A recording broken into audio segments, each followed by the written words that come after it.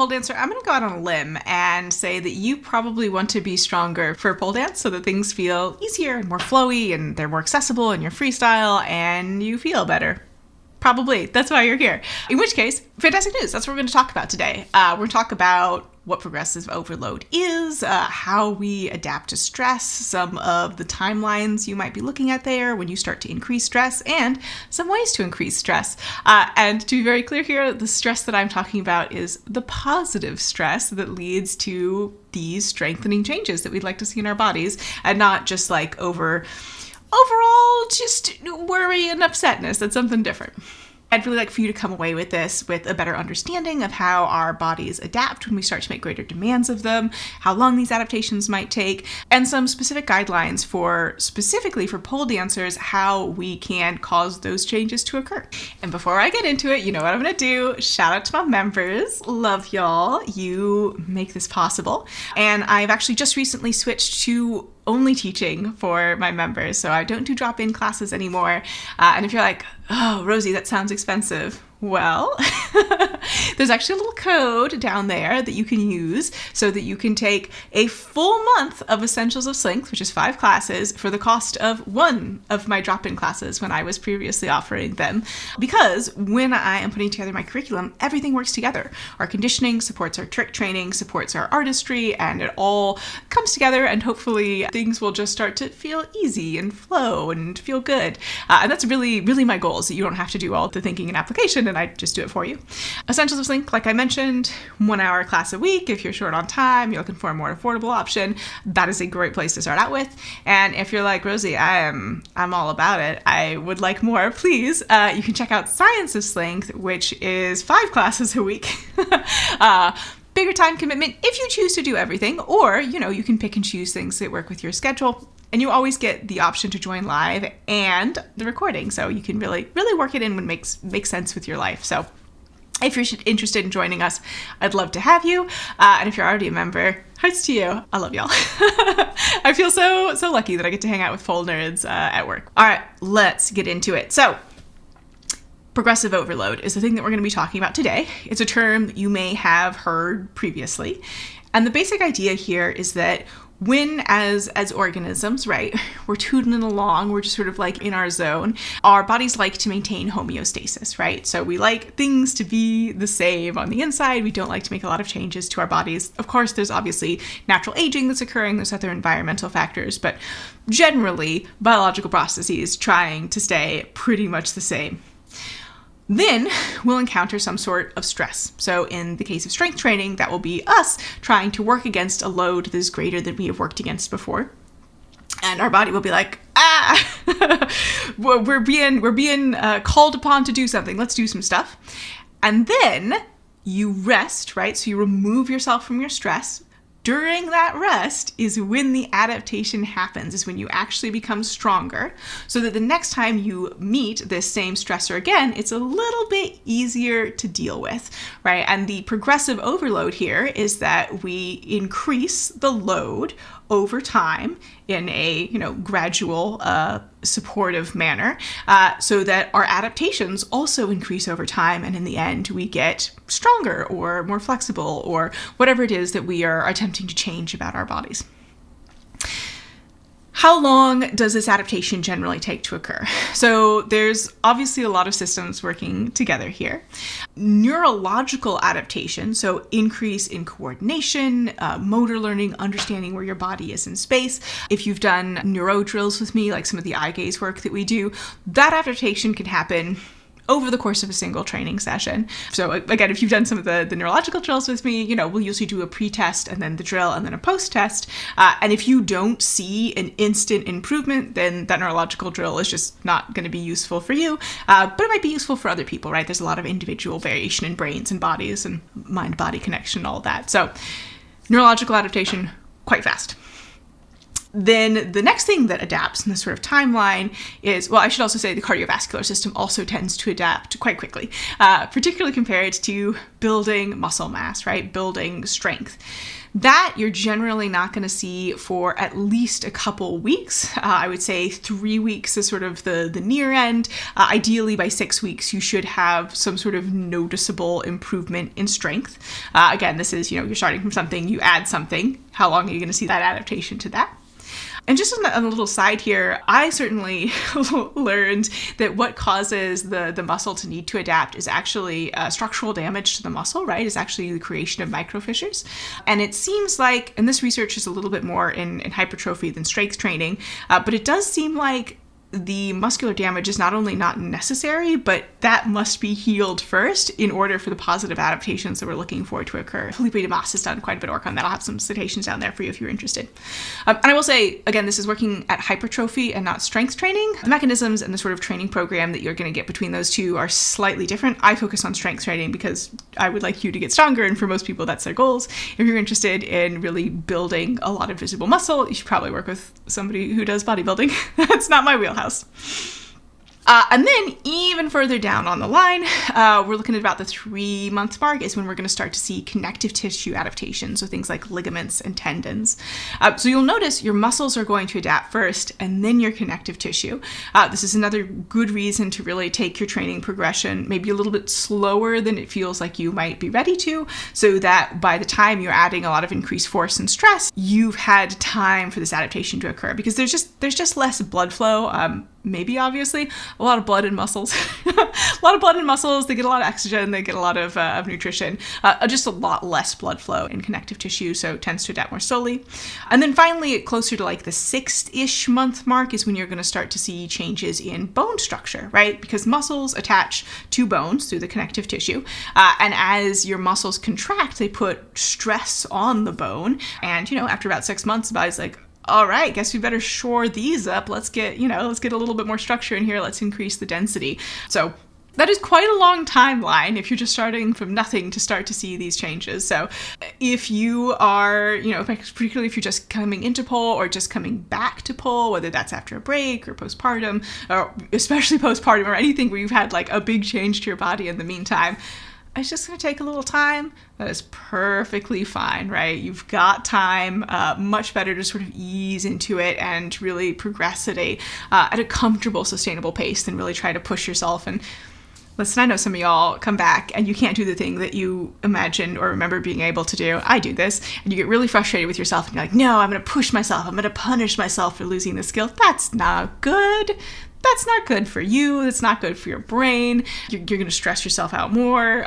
You're going to maybe shorten your rests. And remember, rest is where the adaptation occurs. That's no good. So trying to step back and be like, okay, we're looking at like 6 months to start seeing changes across the body. It's just going to take some time. I just got to keep showing up and be gentle and consistent. You will have a nicer time in the body and the brain, in my experience. So again, talking these timelines, you're not going to see changes unless you're increasing load. When we first come to pole, right, or we come back, the load is going from 0 to anything at all. That's pretty much guaranteed to be an increase. So for the first little bit, I don't really think you need to, especially if you're coming from maybe a more sedentary lifestyle, I don't really think you need to add additional resistance training, right? Just being exposed to this new stimulus is probably going to be enough for you to start seeing adaptation. However, the thing about pole is it's body weight, and your body weight's probably fairly consistent. I wouldn't recommend trying to change your body weight for the sake of pole. It's not something I help people with. I don't, again, generally recommend it. So once you've adapted to your body weight and the positions you're working on, if you continue to work on the same positions, you're not going to be adding more load. So once you're at that point, once you start to notice that you're not seeing strength increases anymore and you would like to, this is when you can start adding in other things. So how are some ways that we can add in other things? So one thing we can do is we can increase our frequency, how often we're training. So like I mentioned, Essentials of Strength, 1 class a week. Science of Strength, more like 4 or 5 classes a week. That is a pretty big jump. I would say if you're going from one to the other and not doing anything else, maybe you start with like adding in 2 classes per month and then 3 classes and then all the way up to 4, right? Because it's a little bit more, that increase. But you can do things more often. You can do the same thing more often. And I think this is a really common way for pole dancers to increase load, right? You add 1 more class. Sort of challenges with that. Rest time. You do need to make sure you're still getting rest. At least 1 rest day a week. I'd recommend 2, actually, if you can swing it. So scheduling wise, that can be challenging, right? I think for most people, there's a functional upper limit to how many pole classes you can do in a week. So what are some other ways to increase load? One is to increase the number of repetitions. If you have been, let's say, working on your climb as part of your cardiovascular conditioning, instead of maybe doing 1 climb up or down the pole, maybe you start doing 2 or 3, so that you are doing the same thing, but more of it within the same time training block. So that's also going to increase your intensity. It's probably going to make you breathe a little bit harder, a little bit more stress on the cardiovascular system. Just as an aside, if you are looking to train for endurance and cardiovascular endurance on the pole, I really like an exercise that I call a pole treadmill, where you set a timer and you climb to the top, slide down, climb to the top, slide down, climb to the top, slide down for time. So when I am preparing for performance, that's often something I will do for like a minute or 2, and particularly if you're doing that at the end of your training, assuming climbs are something that feel very straightforward for you, that can be a really good way to quickly increase your cardiovascular endurance. And then probably the most common way that people know about increasing load is increasing resistance. So if you are doing weight training, you would use heavier weights. If you are using resistance bands, you'd use a band with more resistance. Or if the resistance band is supporting you, for example, you're working on a pull-up and you're using a resistance band to help support your weight, you would reduce the resistance so you're carrying more weight in your body. Hopefully that distinction there is clear. Because pole is a bodyweight movement, and my classes are equipment optional, almost all of my strengthening exercises are bodyweight strengthening exercises, which means often you will need to change the specific type of exercise you're doing. So if you've ever wondered, you've been taking conditioning with me and you're like, why does Rosy give like 8 options for every single exercise? It's because changing the option that you take is how you increase the resistance in a bodyweight exercise. The one exception to this, I would say, would be something like an isometric exercise, where the way that you would increase effort is to increase effort. So an isometric is an exercise where you don't move, you're resisting against something. That could be gravity, something like a plank, or it could be something like an object. So I will often use isometric exercises at the end of our range of motion as part of PNF flexibility training, and also to help build joint stability at the end of that range, and strength. But for that sort of exercise, you can increase effort or resistance, right? So if you are in a plank, for example, and you want to increase effort, you can think about pushing your hands into the ground and then pulling them back towards your feet without actually moving, right? Just adding additional tension in your core, and that can help you increase your resistance. You can always hold it for longer. So again, those of you who, I know I keep referencing things that I do in my classes, but this is how I am applying these things, so I think it's helpful to have that information. But in my conditioning classes, my strength conditioning classes, you may have noticed that I always include an isometric core strength endurance hold, and that over the course of the month, those holds get longer until we do our deload week where we don't do them, and then we'll reset with a different exercise next month, right? So that is how I'm building progressive overload into the strengthening using isometrics, is that we're holding them for longer instead of increasing the amount of weight that we are using. And then, of course, like I mentioned with bodyweight exercises, often you have to change the bodyweight exercise. So if you are working on pole crunches, for example, you might start sitting on the ground in a strong hold and just pulling your legs towards you. And then you might lift your legs up with bent knees, and then you might lift your legs up with straightened legs. And then you might come to standing and hold your body weight with your arms. Then you've got more work in your arms. There's a greater cardiovascular component there. And then same thing, legs towards you, bent knees, straight legs, one leg at a time. The longer the lever, the harder the exercise. And the specific changes that you do are really going to depend on the specific exercise that you're doing and what it is that you're training for. So those are the types of ways that you can increase load. You can increase how often you're training. You can increase how many of a thing that you do. You can increase how strenuous it is to do the thing, and you can just do the same thing for longer as well. So that's a very brief, hopefully fairly easy to follow introduction to progressive overload. We're introducing stress into our bodies. Our bodies are adapting to that stress while we're resting. Make sure we rest. Stress is important. I got a whole episode on it. And then we come back, we're more able to deal with that stress. We'll start to see neurological adaptation, cardiovascular adaptation very quickly, and then, building muscle strength, and then building connective tissue strength, and then finally building bone density. But over at least a 6-month period, you should start to see really noticeable changes in your body. And even in the first 3 to 4 weeks, hopefully you're starting to notice yourself feeling stronger and things beginning to feel a little bit easier for you. And then we also talked about different ways to introduce this stress and to scale the intensity of your training. And before I wrap up, I will just say, I've been talking about eustress here, but your body cannot tell the difference between, chronic stress, things that are just taking up maybe a lot of brain space, that are maybe making you feel anxious. That's going to be in the same bucket as I'm trying to get stronger and I'm doing strength training and I'm, experiencing stress on purpose that way. So if you have a lot of stress in your life, if you're not getting a chance to disconnect and give yourself time to reset, that's going to make it harder to build strength, and that is okay. That is not a moral failing. That does not mean anything is wrong with you. That is just the way bodies work. And as much as possible, if you can reduce chronic stress, that's going to make it easier for you to do strength training.